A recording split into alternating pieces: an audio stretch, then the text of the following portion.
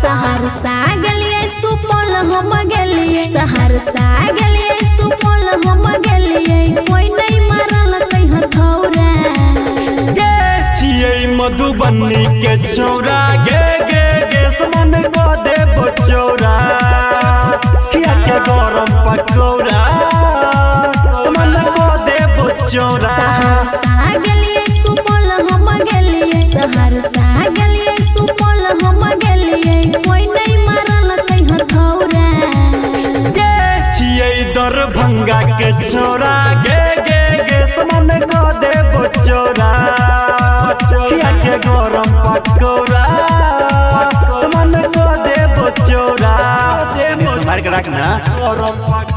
Singing by Manoj Madhubania समन को दे बचौरा समन को दे बचौरा सीतामढ़ी के छौरा सब छुई के दिल कई छोर रे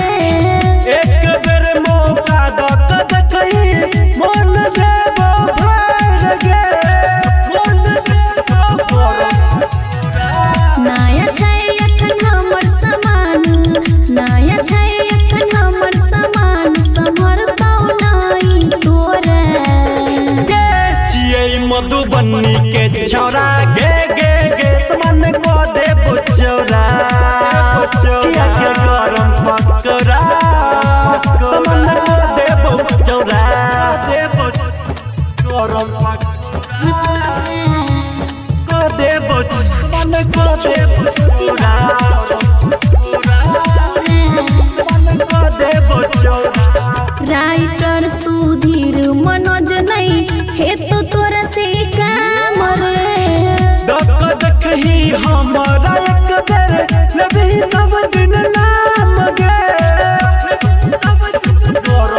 झूठे के कर नहीं बेसी बड़ाई झूठे के कर नहीं बेसी बड़ाई जाने छियो हम तोरा गे छियै झंझारपुर के छौरा गे गे गे समन को दे बचौरा खिया के गरम पकौड़ा समन को दे बचौरा सहरसा गेलिए सुपौल हम गेलिए सहरसा गेलिए सुपौल हम गेलिए कोई नहीं मारल कई हथौरा गे छियै मिसरलिया के छौरा गे गे गे समन को दे बचौरा खिया के गरम पकौड़ा समन को दे बचौरा मार के रखना।